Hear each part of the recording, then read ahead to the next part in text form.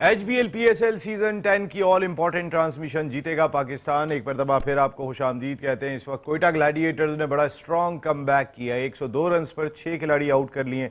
143 run का हदफ है कराची के सामने। या आमिर विकेट हासिल करने में कामयाब हुए नबी की। और Abrar very well bowled, 4 over में 13 रन देकर उन्होंने एक विकेट भी हासिल की और अपनी टीम का कमबैक कराने में उनका बड़ा नुमाया रोल रहा। इंटरेस्टिंग मुकाबले जारी हैं, गो के लो स्कोरिंग मैचेस हो रहे हैं, लेकिन हम बात यही कर रहे हैं कि नेल बाइटनिंग फिनिश जो पाकिस्तान सुपर लीग का खासा रहा है वो हम मिस कर रहे हैं इस लीग के अंदर। तो जितने भी मैचेस अब ज़रा कॉम्पिटिटिव क्रिकेट के होंगे, ज़रा मुकाबले का रुझान बढ़ेगा तो वो दोबारा से हम अपनी लीग की तरफ आएंगे। भले लो स्कोरिंग मैच हो लेकिन मुकाबले का रुझान नज़र आना चाहिए, जैसा इस मैच में दिखाई दे रहा है कि एक वक्त में कराची किंग्स की टीम फतह हासिल करती हुई दिखाई दे रही थी, लेकिन उसके बाद अब कमबैक किया और मुकाबले में वापस आ गए ग्लैडिएटर्स। बाबर आजम ने 400 चौके लगाए। साजिद भाई इस वक्त अवेलेबल। अनवर भाई 400 चौके लगाए बाबर आजम ने। नंबर 2 फखर 254 इस PSL में, रिजवान 236। यानी बाबर एक फ़र्क है जो अगर 146 चौकों की मार्जिन से फ़र्क रखता है कोई खिलाड़ी, इट मीन्स के वो डिफरेंस है। हम देखें, बात है कि उनको जो कहा जाता है किंग बाबर, तो वो इसमें कोई दो राय नहीं है। वो पाकिस्तान का one of the best player है और जो आपने भी चौकों की मिसाल दी और रन्स की मिसाल दी है, वो पाकिस्तान का टॉप एंड हाईएस्ट स्कोरर है। और ये भी उसके ऊपर कि थोड़ा सा लीन पीरियड चल रहा था जिसकी वजह से उस पर तनकीद हो रही थी। तनकीद डेफिनेटली जब इंसान परफॉर्मेंस नहीं देता है तो तनकीद तो होती है। अब वो थैंक्स कि उसने पिछले मैच में बहुत अच्छी बैटिंग की और वो मुझे लगता है कि वो अपनी जो ओरिजिनल जो उनकी फॉर्म है वो उसकी तरफ जा रहे हैं, क्योंकि वो पाकिस्तान की एक बड़ी होप है इस वक्त। हमारे जो पाकिस्तान का जो एक इंजमामुल हक कहते हैं कि वो स्ट्राइक रेट दिमाग से निकाल के बैटिंग करें। ये बात इंजमामुल हक की वैलिड है कि ये, क्योंकि ये भी एक बड़ा प्रेशर होता है। एक तो रन्स भी नहीं हो रहे हैं, ऊपर से ये स्ट्राइकिंग रेट का उनके ऊपर बहुत ज़माने से रिजवान पे और बाबर पे ये एक तनकीद हो रही है और ये होती थी और जायज़ तनकीद थी। उनका स्ट्राइक रेट बहुत ब्लो चलता था, एज़ पर आवर क्रिकेट या एज़ पर वर्ल्ड क्रिकेट बहुत स्लो था। अब नो डाउट वो एक प्रेशर में थे। फिर उनका कप्तानी का मामला था, उनको कप्तानी से हटाया गया, वो एक अलग प्रेशर था, रन रेट का अलग प्रेशर था।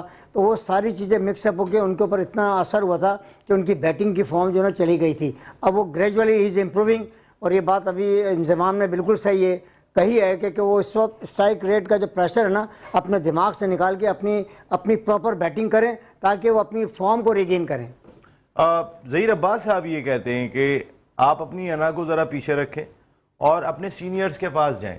कभी कभी हमें महसूस नहीं हो रहा होता है कि हम कहाँ पे बुनियादी गलती कर रहे हैं। यूनुस खान ने कहा था कि आप अपने नेचुरल गेम की जानिब आ जाएं, उमर अकमल ने कहा अपने नेचुरल गेम की जानिब आ जाएं। लेकिन एक्सपीरियंस प्लेयर्स जो होते हैं, जितना तजुर्बा ज़्यादा हो जाता है, जैसे ज़हीर भाई ने बात की, उन्होंने अज़हरुद्दीन की एग्जाम्पल दी कि उसकी ग्रिप उन्होंने चेंज कराई थी जब वो पाकिस्तान के टूर पर आए थे। तो आप समझते हैं आतिफ कि ज़्यादा बेहतर होगा कि आप किसी सीनियर्स के पास जाके भी मशवरे ले लें? जी बिल्कुल। उन्होंने ज़हीर भाई ने जो बात की है बिल्कुल सही बात की है कि देखें, अगर आपको कोई प्रॉब्लम आ रही है तो आप एज अ प्लेयर किसी के पास भी जा सकते हैं जो आपको बेहतर लगता है या जिसको आप अपना रोल मॉडल समझते रहें पाकिस्तान की क्रिकेट में। तो बड़े बड़े नाम हैं। आप भी आपकी टीम के साथ ही मोहम्मद यूसुफ जिन्होंने एक वर्ल्ड रिकॉर्ड भी किया हुआ है, वो बड़ा नाम है। यूसुफ भाई ने अब तक कुछ सही किया नहीं है वैसे। नहीं, वो तो एक अलग चीज़ है। वो तो मैं आपको पहले ही कह चुका हूँ, 90s के प्लेयर सिर्फ अपने लिए खेले हैं और उनके बाद उनकी कोई परफॉर्मेंस नहीं है जब से क्रिकेट छोड़ी उन्होंने। तो 90s वाले प्लेयर सिर्फ अपनी क्रिकेट तक ही हद तक बहुत अच्छे प्लेयर थे और रिस्पेक्टफुल थे सारी चीज़ें, लेकिन उसके बाद उनका कोई काम नहीं है, कोई भी किसी ने कोई काम नहीं किया। तो रही बात बाबर की, तो बाबर को ये अच्छा उन्होंने मैसेज दिया है कि जाना चाहिए। जब मुझे एक दफ़ा आई थिंक मुझे याद है 2004 में मेरे साथ एक थोड़ा बॉलिंग इशू आया था मेरे लिए, तो मैं सकलैन भाई PIA से मैं खेल रहा था, तो मैंने सकलैन भाई से के साथ नेट किया और उनसे मैंने कुछ चीज़ें पूछी और अल्हम्दुलिल्लाह उन्होंने मुझे बताया और उसके बाद मुझे बहुत फ़ायदा हुआ। तो किसी भी प्लेयर से अगर आप, मैंने कहा ना कि अगर आपको लगता है कि यार मुझे इससे बात करनी चाहिए, इससे, तो आप चले जाएं, आप जाके पूछें और आपको बेहतरी होगी। देखें जिस तरह का कैलिबर है बाबर का, तो बाबर सिर्फ असासा है सर, चौके मारते हैं। तो देखें वो एक चीज़ तो ये वाजिया हो गई कि वो ओपनर तो नहीं है। अब वो जानबूझ के अपने आप को ओपनर कंसीडर कर रहे हैं, तो यहाँ पे भी एक थोड़ा सा फॉल्ट है उनका, क्योंकि वो ओपनर नहीं है। क्योंकि ओपन के लिए आपको स्ट्राइक रेट पे ही नजर डालनी पड़ेगी। अगर आप नीचे खेलना चाहते हैं तो फिर आप नीचे खेलेंगे, फिर स्ट्राइक रेट की टेंशन नहीं है, फिर आपको मैच लेके चलना है। जब मैच लेके चलेंगे तो ऑटोमेटिक आपका स्ट्राइक रेट अच्छा हो जाएगा और टीम भी जीतेगी। तो ये चीजें हैं, बिल्कुल परफेक्ट बात की है ज़हीर भाई ने और बाबर को ये चीज सोचनी चाहिए। और बाबर अच्छा प्लेयर है, हमारा असासा है, किंग है। असासा है, बिल्कुल आपने सही बात की साजिद भाई, असासा है बाबर हमारा। और आप समझते हैं कि जो जहीर भाई ने बात कही है कि अपनी अना ख़त्म करके कुछ सीनियर्स के पास जाएं, आप जाके एक मशवरे लें, क्योंकि उनका जो तजुर्बा होता है वो कोई ना कोई चीज़ ऐसी हर आदमी दिमाग में ज़रूर डाल देता है कि जो आपको फ़ायदा पहुंचाती है। और ग्रेट जैड कह रहे हो ये बात, इंजमाम का मशवरे पे भी बात कीजिएगा कि अपने स्ट्राइक रेट को जहन से निकाल दें, तो लोग तो वैसे ही तनकीद करना शुरू कर देंगे, स्ट्राइक रेट कम हो गया। साजिद भाई देखिए, बहुत प्यारी बात है और यही प्रोग्राम की खूबसूरती होती है। जो हम पाकिस्तान की लफ्ज आ जाए या पाकिस्तान की बात की जाए, जैसे हमारे अनवार भाई ने बात की, सैयद फराज साहब ने बात की, आतिफ अब्दुल ने बात की, इस प्रोग्राम को जिस तरह आप लेके चल रहे हैं। देखिए, ग्रेट जहीर अब्बास साहब सेंचुरियों के सेंचुरी, एशियन ब्रेडमैन, और हमेशा पाकिस्तान के लिए सोचते हैं, पाकिस्तान के लिए उन्होंने बात की, बहुत प्यारी बात की। और ये बात को मैं सेकंड करूंगा जहीर भाई, बिल्कुल बच्चों की तरह हम तो बहुत लोग उनके घर लेके जाते थे। जब शाहिद आफरीदी ने जो हरकत कर दी थी श्रीलंका में, एरोसिस को कर दी थी, तो उनको पता था कौन सा दरवाजा कहाँ खुलेगा। तो उन्होंने तारिक आफरीदी ने मुझे पकड़ा, शाहिद आफरीदी ने मुझे पकड़ा, सीधा जहीर अब्बास के डिफेंस फोर में गए, शाहिद आफरीदी और हम दोनों चले गए। शाहिद आफरीदी उन्होंने बताया, उन्होंने कहा ठीक है, सईद अनवर उस वक्त कप्तान था पाकिस्तान टीम के। तो मसला ये होता है, जहीर भाई से अच्छा तो कोई भी नहीं बता सकता। जहीर भाई जो बैट पे बॉल नहीं लगने देते थे। अभी बाबर को सबसे पहले दो ग्रेटेस्ट प्लेयर की बात करूंगा, देखे, एक है जावेद मियादा साहब, दूसरे जहीर अब्बास साहब। उनका बताने का तरीकाकार बहुत अच्छा और शॉर्ट फॉर्मेट में बताते हैं और दिल से बताते हैं। तो मैं बाबर तो खैर वैसे ही एक पाकिस्तान का ब्रांड है, कल जो से इनिंग खेली है, जो इस्तकबालिया उसको लाहौर ने क्राउड ने दिया है, तो मैं समझता हूँ बाबर यकीनी तौर पर इस बात को भी लेते चलो। जैसे पिंसी ने बात की ना, बैटिंग स्ट्राइक लेग बहुत इंपॉर्टेंट है मॉडर्न दौर में। अच्छा, बाबर के लिए तो साजिद भाई फिर भी T20 क्रिकेट की बात हो रही है। मैं आता हूँ फराज भाई, लेकिन रिजवान के बारे में कहा जाता है कि रिजवान को T20 क्रिकेट से दूर हो जाना चाहिए, वो ज्यादा उनके अपने भी और टीम के हक में बेहतर है। बाबर के लिए फिर भी लोग बात करते हैं कि वो 3 नंबर पे एडजस्ट हो सकते हैं। जी नसीम भाई, इससे पहले मैं एक बात कहना चाह रहा हूँ कि उस्मान वज़ीर जो हमारे बॉक्सर हैं जिन्होंने इंडिया को हराया, ये सिंध गवर्नमेंट की और आसिम मूसा भाई की और सईद गनी साहब की और फरहान गनी साहब की एक कोशिश थी, उनकी प्रोडक्ट थी। और माशाल्लाह ये हमारे लिए बहुत एजाज़ की बात है कि उस्मान बॉक्सर साहब इंडिया को हराया, मेरे ख्याल में हमारे लिए बड़ी एजाज़। नीरज चोपड़ा ने दावत दे दी थी और एक और विकेट हासिल करने में कामयाब हुए। और इस बार खुशाल मेंडिस ने रिव्यू लेने का कहा था यहाँ पर और ये कामयाबी हासिल हुई है। जबरदस्त किस्म की खुरम शहजाद ने ये विकेट दिलाई है कोयटा ग्लैडिएटर्स को। कोयटा ग्लैडिएटर्स का स्ट्रॉन्ग कमबैक जारी। आप बात कर रहे थे जी। वेल्डन आसिम मूसा भाई जो कि पीपल्स पार्टी के MP है। नसीम भाई देखें, रिजवान जो है वो मैं ये समझता हूँ कि नंबर 3 तो बहुत दूर की बात, उसका जो नंबर बनता है वो नंबर 5 बनता है। T20 क्रिकेट में नीचे 5 पे आके रिजवान क्या करेंगे? यहाँ तो आपको पेरेटर चाहिए। तो असल में बात मैं काटूंगा, बात है कि ये जो आपने कहा ना कि बाबर और रिजवान, ये असल में ये इस चीज़ का एडवांटेज लेते हैं सर्किल का।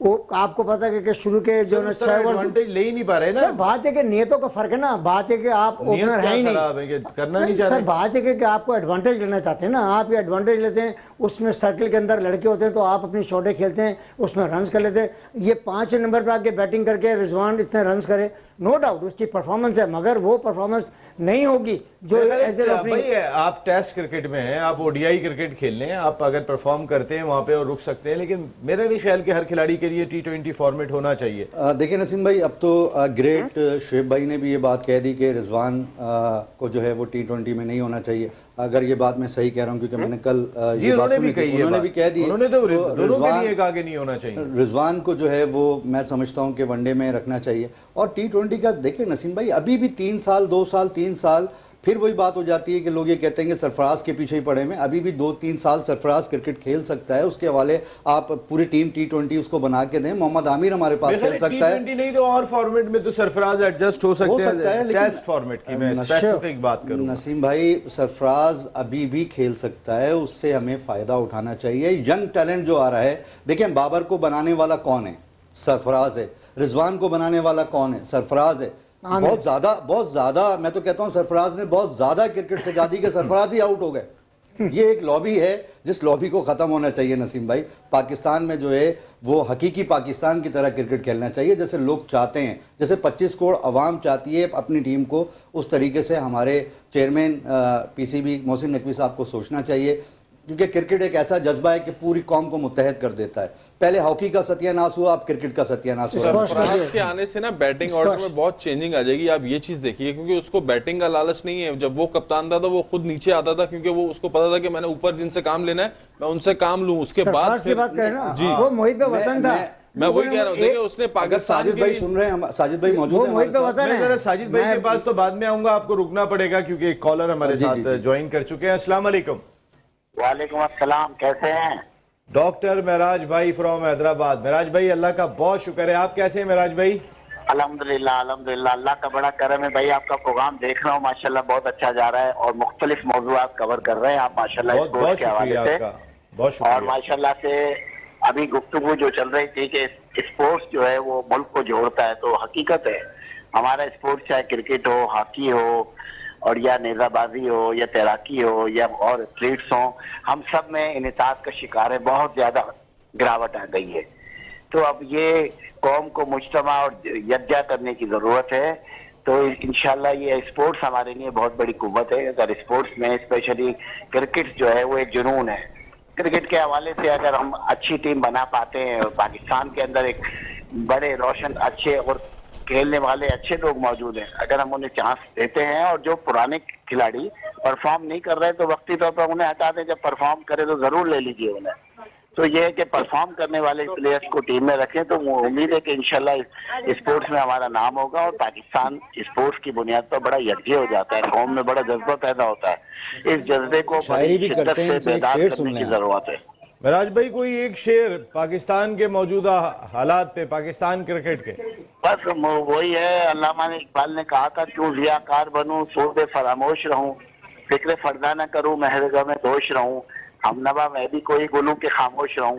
तो बुनियादी बात ये हमें कल के लिए सोचना है। आज देखें पाकिस्तान के जो सियासी हालात है बहुत ज्यादा गंभीर हो गए हैं, बैनुल अक़वामी साजिशें हो रही हैं, इस पर पूरी कौम को यकजा होने की जरूरत है।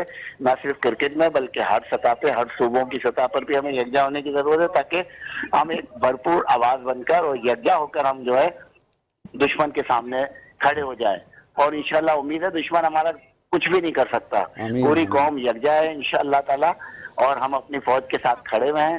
पूरी पाकिस्तान की कौम जो है अपने दिलेर बहादुर नौजवानों के साथ खड़ी हुई है और मुझे उम्मीद है इंशाअल्लाह ताला भारत हमारा कुछ भी नहीं कर सकता। सिर्फ हमें रियलाइज करने की जरूरत है कि हम जो है बैसाखियों को छोड़कर रियल बुनियादों पर काम करें, ताकि हमारी कौम यकजा हो जाए, स्पोर्ट्स के मैदान में भी, तालीम के मैदान में भी और शऊर और आगाही और रिसर्च के मैदान में भी, और इसी तरह तहजीब और तमद्दुन और एहसास के मैदान में भी, जहाँ हमारे यहाँ बड़ा फुकदान है। हमें जो है सिविक सेंस की अशद जरूरत है। भारत इन चीजों में हमसे कई जगह आगे निकल चुका है, लिहाजा अगर हम इन चीजों को करते हैं तो भारत तो क्या बहुत बड़ी है। वहाँ तो सही मानों में अभी तक जो है लोग जो है पेशाब बहाना करने नहीं करने के लिए उनका अपना सेटअप बना हुआ है, तो वो तो बहुत गुर्बत की लकीर से पीछे है। उन्होंने चंद शहर डेवलप कर लिए हैं और इसी तरह क्रिकेट के मैदान में, हॉकी के मैदान में, तो ये है कि मेरिट को उन्होंने खातिर ख्वाह लेकर आते हैं। हमारे यहाँ सिर्फ मेरिट की जरूरत है और जज्बा जुनून हुब्बुल वतनी की जरूरत है कि हम अपने मुल्क के लिए सोचें और मुल्क के हवाले से जो है हम अपने लोगों को आगे लेकर आए। जो मुल्क वतन लोग हैं इंशाअल्लाह, तो पाकिस्तानी कौम बहुत रहीन है। दुनिया भर में हमारे बड़े बड़े लोग बड़ी जगहों पर मौजूद हैं। बहुत से लोग हैं जो गुमनाम हैं। प्रोपेगेंडा का एक गेम है जिसकी हमें भी जरूरत है कि हम भी उसका भरपूर जवाब दें उसी मैदान में। बिल्कुल सही बात है, बड़ी सैर हासिल गुफ्तगू आपने की डॉक्टर महराज भाई, और बहुत ही इंपॉर्टेंट बातचीत है। इस वक्त हमारे मुल्क को सबसे ज़्यादा ज़रूरत अगर किसी चीज़ की है तो वो यूनिटी की है, और यूनिटी इंशाअल्लाह वैसे भी जब मुल्क की बात आती है महराज भाई तो यूनिटी ऑटोमेटिकली खुद ही आ जाती है। हम अपने मामलात में चले इख्तिलाफात कर लेंगे, लेकिन जब कोई हमारे मुल्क को गलत निगाह से देखेगा तो फिर तो जाहिर सी बात है कुछ रह नहीं जाता ना सर। माँ को कौन देख सकता है यहाँ पर, ऐसे तो हो नहीं सकता यहाँ पर। थैंक यू वेरी मच, बहुत बहुत शुक्रिया डॉक्टर महराज भाई आपका। और प्रोग्राम में एक ब्रेक शामिल कर रहे हैं कि ब्रेक पे जाने से पहले एक और नीरज चोपड़ा बेचारे ने सिर्फ अरशद नदीम को दावत दी थी तो हिंदू तवा हुकूमत के इंतहा पसंद उनकी जान लेने के पीछे पड़ गए। लेकिन अगर वो जो बॉक्सर बेचारा जो हमारे उस्मान वजीर से हारा है वो क्या बैंकॉक में ही रुक जाए? वो तो इंडिया जा ही नहीं सकता कि किन दिनों में हार गया वो। ब्रेक के बाद बात करते हैं। जीतेगा पाकिस्तान, हर मैदान में जीतेगा पाकिस्तान, चाहे कोई सा भी मैदान हो जाए जीतेगा पाकिस्तान। HBL PSL सीजन 10 की ऑल इंपॉर्टेंट ट्रांसमिशन में एक मरतबा फिर आपको खुशामदीद कहते हैं।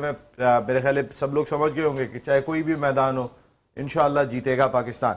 लेकिन जो हम बात कर रहे थे कि नीरज चोपड़ा भारत का वो प्लेयर, वो एथलीट के जिसने सारी दुनिया में भारत का नाम रोशन किया, जेवलिन थ्रो के अंदर अरशद नदीम ने उनको हराया। दोनों की माएँ आपस में जिस तरीके से बहनें बनी हुई हैं, इतनी मोहब्बतें उनके दरमियान में, तो नीरज चोपड़ा ने दावत दे दी अरशद नदीम को। तो अब ये जो हिंदू तवा हुकूमत है नरेंद्र मोदी की, उनके इंतहा पसंद, अब नीरज चोपड़ा के पीछे पड़ गए कि आपने कैसे दावत दे दी, आप होते कौन है दावत देने वाले। लेकिन मैं तो चले, वो तो नीरज चोपड़ा को कोई ना कोई बचा लेगा उनसे, लेकिन इस बेचारे को ईश्वरन साहिता दोरथी को कौन बचाएगा। ये जो अभी कल बैंकॉक के अंदर हमारे उस्मान वजीर के खिलाफ पहले राउंड में नॉकआउट हो गए और इतने पिटे बेचारे कि उसके बाद मेरे ख्याल वो तो बैंकॉक में ही रुक जाएंगे। अगर वो नीरज चोपड़ा के पीछे पड़ गए तो वो तो उस दिन हार गए कि जिस दिन ये जो इल्ज़ाम लगाया है भारत ने, तो उस दिन हारे हैं वो। तो वो बेचारा वो बॉक्सर कहाँ पे जाएगा, उसका क्या मुस्तकबिल दिखाई दे रहा है, कुछ समझ में नहीं आ रहा। साजिद भाई क्या मुस्तकबिल लग रहा है आपको? एसोरन अच्छा नहीं है, एसोरन साहिता दोरथी का क्या बेचारे का मुस्तकबिल लग रहा है, कहाँ पे रुकेगा ये? देखिए बात यह है कि जिस तरह से ये हाइप क्रिएट की गई है, तो वो तो इनका इंडियन बॉक्सर है ना, और हार जीत तो होती है, ये तो हमारा फखर से सर बुलंद कर दिया बेचारा। नहीं देखिए ना, बात है कि ये एक स्पोर्ट्स को और सियासत को बिल्कुल अलग अलग होना चाहिए। सर वो तो रखते ही नहीं है ना, ये तो जहाँ पे वो नीरज चोपड़ा के खिलाफ मैदान में आ गए हो गए। नीरज चोपड़ा साहब, आपने अरशद नदीम को दावत कैसे दी? हालांकि वो स्पोर्ट्समैन है, एक आपस में उनकी आपस में रिलेशनशिप दोनों के बहुत अच्छे हैं। और जब अब लास्ट टाइम जब ये हारा था तो उसने भी आने की दावत दी थी, और आपस में इनकी वालदा और ये लोग आपस में बहुत अच्छे इनके ताल्लुकात हैं। ये मैं ये समझता हूँ कि ये सियासत को बिल्कुल अलग करना चाहिए, और स्पोर्ट्स एक बिल्कुल एक एंटायर अलग चीज़ है। इसमें इस तरह के ये एक्सट्रीमिज्म जो है, मैं समझता हूँ कि ये स्पोर्ट्स के लिए अच्छी चीज़ नहीं है। और ये वाकई में क्या होगा फराज भाई, ये एसोरन साहिता दोरथी भाई का भी मुझे बेचारे पे बड़ा तरस आ रहा है कि ये किस दिन हार गया और कितना पिटा बेचारा। नसीम भाई यकीनन तर्स तो जो है वो पूरी पाकिस्तान कौम को आ रहा है कि इन हालात में वो हारा है। और मेरा ख्याल से जो है वो अब तो इंडिया भी परेशान, ये तो फैंटास्टिक टी बन गया है। जी इंडिया भी परेशान होगा। और बॉक्सर जो हमारा पाकिस्तानी, उसका नाम उस्मान वजीर है, उस्मान वजीर साहब, वेल डन। आपने जो है इस वक्त में पाकिस्तानी कौम को खुशी दी, जिस वक्त हालात इतने ख़राब हैं। हम अपनी फ़ौज के साथ खड़े हैं, हम अपने मुल्क के साथ खड़े हैं, और आपने हमारे मुल्क को, हमारी आवाम को बहुत खुशी दी। और इंडिया आपका तो बेड़ा गर्क हो गया, और इंशाल्लाह होता रहेगा। हम एक मजबूत कौम है और बहादुर कौम है, हमेशा साथ खड़े रहेंगे। नसीम भाई, ये प्रोडक्ट मैं आपको बता रहा हूँ, ये प्रोडक्ट बड़ी तलाश करके निकाली थी सिंध गवर्नमेंट में, आपको पता है। और इसमें आसिफ मूसा भाई की बहुत ज़्यादा एफर्ट्स हैं, सईद गनी साहब के बहुत एफर्ट्स हैं माशाल्लाह ताला, और फरहान गनी साहब की। और अल्हम्दुलिल्लाह ये खुशी हमें इन हालात में दी। Well done Sindh government, well done Naseem भाई, आपने बिल्कुल सर, ये बहुत ही जबरदस्त है। लेकिन मुझे तो चले उस्मान वजीर तो हमारा हीरो है, और वो ज़ाहिर है ऐसे टाइम पे कारनामा अंजाम देखा है। ये एसोरन साहित्या दौर थी, क्या करें भाई इनका, ये कहाँ लेके जाए इनको? देखिए जिस तरह से उस्मान भाई ने हमें खुशी दी है इस मौके पर, आपके सामने जिस तरह हम लोग पूरी कौम को एक ऑलरेडी हम लोग इतने मामला से गुजर रहे हैं, क्रिकेट को सर्वाइव कर रहे हैं, स्पोर्ट्स को सर्वाइव कर रहे हैं। अभी जिस तरह से उस्मान भाई ने हमें खुशी दी है, इस चीज़ को लेकर हम बहुत खुश हैं।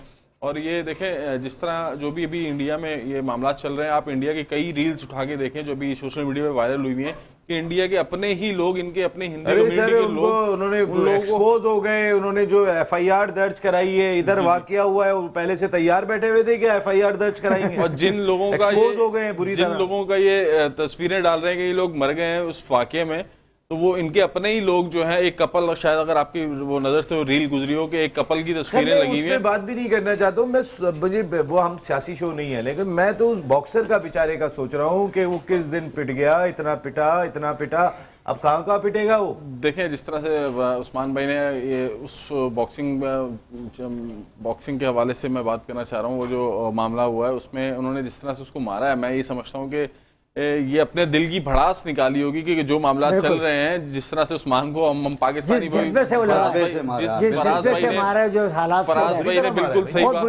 फराज भाई ने बिल्कुल सही कहा कि हम एक मजबूत कौम है, जज्बाती कौम है। हमने जिस तरह से उस्मान ने उसको मारा है, तो वो सिचुएशन ऐसी थी कि बस उसको मार पड़नी थी, क्योंकि हमारे साथ ऑलरेडी वो तो अच्छा वो पहले राउंड में ही नॉकआउट हो गया, 2-3 राउंड मिल जाते सोचे कि तो। किस हिसाब से उसको मारा होगा, वो बेचारा पहले राउंड में ही नॉकआउट हो गया। तो ये हमारे हाँ वाकई में यार, ये भाई उसको कुछ मत कीजिएगा बेचारे को, वो ज़ाहिर स्पोर्ट्समैन है, वो अगर वहां पे पिट के आ रहा है तो बस आप ये समझ लें कि यहाँ पे ये सबक है इंडियंस के लिए। इस पाकिस्तान में बहुत सारे उस्मान वजीर बैठे हुए, वो सारे बॉक्सिंग जानते वो हैं। सब इंतजार कर रहे हैं। अच्छा अनवर भाई, ये बताएं, ये जो इल्ज़ाम लगाया वीरेंद्र सहवाग ने, ये IPL जो नोटंकी चल रही है इंडिया में, उसमें वो कहते हैं कि ईशान किशन का ना बैट लगा ना कोई जिस्म का हिस्सा लगा, विकेट कीपर के पास गेंद गई है और वो चलना शुरू हो गए।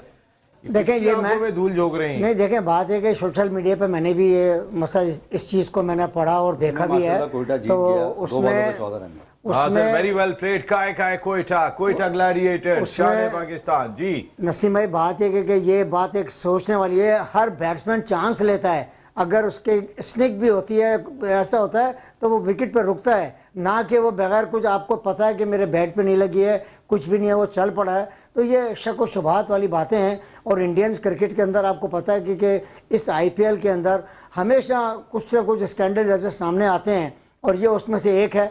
अब उसकी तहकीकात हो रही है। वीरेंद्र सहवाग कह रहे हैं जी, वीरेंद्र सहवाग खुद अपने वक्त का बहुत बड़ा क्रिकेटर था, बहुत बड़ा क्रिकेटर था, मैं समझता हूँ, और बड़ा फेयर इंसान था वो। और उसने ये बात कही है तो यकीनन इस पर तहकीकात होनी चाहिए। और ये एक मसले को मजाक बात नहीं है। मैं ये समझता हूँ अगर इसने डेलिबरेटली ये किया है तो उस पर लाइफ बैन होना चाहिए। रोज एक IPL के ऊपर इल्जाम लग रहा है, वो राजस्थान रॉयल्स के आ गए, कोयटा जीत गया। सर बहुत बहुत मुबारक। काय कोयटा ग्लैडिएटर, शान पाकिस्तान PSL सीजन 10 में अपना दूसरा मैच जीतने में कामयाब हो गए। Very well played. Low scoring match पे जीते। लेकिन अच्छी चीज ये कि आखिरी ओवर तक मुकाबला गया, आखिरी बॉल तक मुकाबला गया। हम यही चाह रहे हैं कि मुकाबले होने चाहिए। जो मुकाबलों का रुझान होता था हमारी पाकिस्तान सुपर लीग का, वो मिस हो रहा है। आज कराची किंग्स को बहुत ही एक माइनर मार्जिन से शिकस्त दी, लेकिन जीत होती है। यहाँ पर 2 पॉइंट कोयटा ग्लैडिएटर्स के हिस्से में। टीम ओनर नदीम उमर भाई जिस तरीके से खुशी के साथ ग्राउंड में दाखिल हुए, और फिर खास तौर पे ये स्क्रीन पर भी नदीम उमर भाई दिखाई दिए। और सर विवियन रिचर्ड्स क्या कमाल की शख्सियत है, क्या कमाल के प्लेयर थे जो मेंटोर है कोयटा ग्लैडिएटर्स के। वो एक तरफ, PSL एक तरफ, इतनी बड़ी पर्सनैलिटी PSL के साथ लाके उन्होंने खड़ी की है। जी भाई, जो हम बात कर रहे थे, क्या ये ईशान किशन ऐसे कोई बगैर, मुझे पता भाई बैट्समैन से ज्यादा तो किसी को नहीं पता होता एज लग के गया या नहीं गया। अच्छा, उनके ना जब उन्होंने उस पर मीटर पे दिखाया तो किसी चीज से टच नहीं हुआ था और वो चलते चले गए। जी बिल्कुल, जिस तरह से वो इतना बड़ा इंसिडेंस हुआ है आपके सामने कि वो मैं नहीं समझता कि देखें ये, और हार्दिक पांड्या एक यानी कि एक एवरेज बॉलर, ना स्पीड ना कुछ था, ना वो बात आती है कि वो डर के चले गए या इस हवाले से।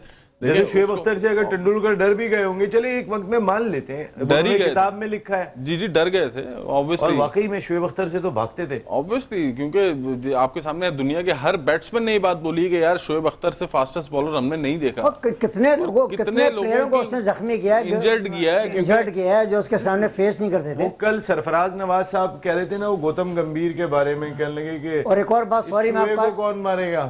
मतलब इसमें सरफराज नवाज का बहुत बड़ा हाथ है, शुएब अख्तर को हंट करने में सरफराज नवाज का बहुत बड़ा हाथ है।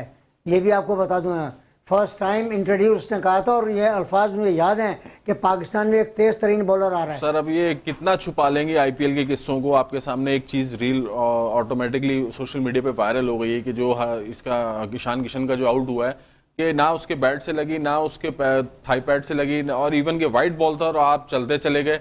तो ये मुंबई इंडियन का मैच था। आपको याद होगा कि मुंबई इंडियन के साथ हर साल कहीं ना कहीं फेवर उनको मिलती है। आपको इस चीज़ से अंदाज़ा लगा लेना चाहिए कि देखें जो इस लास्ट मैच में हुआ है हार्दिक पांड्या वाला केस में, ईशान किशन चलते चले गए तो ना इनको किसी ने बाहर से इशारा दिया, ना इनको खुद को एहसास हुआ, और बंदा एक रुक के सोचता है कि मैं आउट हुआ कैसे हूँ, मुझे आउट दिया किस वजह से, ना मेरे बल्ले से लगी ना मेरे पैड से लगी, या कोई कहीं तो खुद तो आउट होना चाह रहे थे, खुद ऑटोमेटिक खुद ही है ना कि खुद चाह रहा हूं मैं कि बस रिव्यू का चांस ही नहीं लिया उन्होंने। तो बस जैसे अंपायर ने, और अंपायर ने भी जा रहा खेलने का, ये तो ऐसा लग रहा है। अंपायर ने भी, बैट्समैन तो रिव्यू लेता है, अगर थोड़ा सा कोई शबात वाली बात होती है तो बैट्समैन रिव्यू की तरफ जाता है, ना तो रिव्यू लिया। आप वो भी देखें कि देखें अंपायर ने बड़ा इस तरह ऐसे करते आउट दिया। एक छोटा सा ब्रेक ले रहा हूँ, फिर उसके बाद वापस आते हैं तो जरा कल के मैच पे भी थोड़ी सी हम बात करते हैं, जो कल मुकाबला खेला जाएगा, जरा उसको डिस्कस करेंगे ब्रेक के बाद। HBL PSL सीजन 10 की ट्रांसमिशन में एक मरतबा फिर आपको खुशामदीद कहते हैं। जीतेगा पाकिस्तान हर महाज पे, हर मैदान में इंशाअल्लाह फतह पाकिस्तान की होगी। लेकिन कल किसकी फतह होगी? कल जो मुकाबला होने जा रहा है लाहौर कलंदर्स वर्सेस मुल्तान सुल्तान। आप बताइएगा फराज भाई, ज़रा ये क्या लगता है आपको, लाहौर कलंदर्स की टीम भी मैच लूज करके आ रही है, मुल्तान सुल्तान को भी शिकस्त का सामना करना पड़ा है, तो क्या कैसा मुकाबला देख रहे हैं? और लो स्कोरिंग मैचेस हो रहे हैं लाहौर में। नसीम भाई देखें, दोनों टीमें तकरीबन सेम ही हैं और सेम ही परफॉर्मेंस है, लेकिन मैं जो है वो ग्रेट शुएब भाई के साथ जाऊंगा जो हमारा असासा हैं और आपकी शो की शान है। शुएब भाई, अगर मैं शुएब भाई मुल्तान के साथ जाऊंगा तो आप मुझे ज़रूर दुआओं में याद रखिएगा, कल मुल्तान सुल्तान जीतेगी इंशाल्लाह। इतना नहीं बोले वो और चौड़े हो जाएंगे, ये तो गलत हो जाएगा ना, फिर क्या ख्याल है आपका? नसीम भाई आपकी मोहब्बत है और आप भी बड़ी मोहब्बत करते हैं उनसे। नहीं सर, माशाल्लाह, वो वाकई में बहुत अच्छे हमारे एनालिस्ट हैं। और जीतने के मुल्तान के, अगर रिजवान कल ओपन छोड़ के नीचे चौथे पांचवें नंबर पे आ जाए, नहीं चांस है अगर रिजवान फिर ना वो खेले नाराज तो हो जाएंगे। नसीम भाई चांस है अगर रिजवान ना खेले तो जीत जाएंगे। रिजवान ना खेले तो जीत जाएंगे। जी। आपके ख्याल में रिजवान ना खेले तो जीत जाएंगे? नहीं, देखें अभी कप्तान है, उसको ऐसे बिठाना कि एकदम कुछ लेकिन रिजवान मैंने सिर्फ एक बात बोली सर, वो रिजवान का नंबर सिर्फ नीचे आ जाए चौथे पांचवें पर, और वो ट्राई करके देखें तो सही। बाकी के जो मैच हैं 5 मैच वो देखें तो सही कि 5वें नंबर पे आकर क्या होता है यार। आप जो ओपन का स्टैंड है, ओपनिंग स्टैंड, वो आप ओपनर्स को दें। नंबर 3 पे नंबर 3 वाला जाए, 4 पे जो जिसका कैलिबर है आप वहां बारी तो करो, करके देखो तो सही क्या चेंज आता है आपकी बैटिंग में या टीम में। तो जैसे कल का मैच है, मैं ये समझता हूँ कल लाहौर के चांसेस हैं जीतने के, और मुल्तान जो है उसकी मुझे प्लानिंग कुछ समझ नहीं आ रही। जो अगर एज अ कप्तान मैं देखूं, मैंने एक बात सिंपल सी बोली, जो कप्तान अपनी टीम की बैटिंग ऑर्डर को नहीं समझ पा रहा तो वो फिर कप्तानी क्या करेगा, उसमें एबिलिटी नहीं है। ये चीज है। यासिर और उस्मान दोनों टॉप ऑर्डर पे अच्छी ऑब्वियसली देखें आपको सर्किल यूज करना है, लेकिन अब तक रिजवान उस तरीके से नजर नहीं आ रहे। ऑब्वियसली लास्ट मैच भी जो खेला है 37 गेंदों में 36 रन किए, तो आप 14वें ओवर में जाकर आउट हो रहे हैं, ओपन गए में और 14वें ओवर में जाकर आउट हो रहे हैं और रन बना रहे हैं आप 36।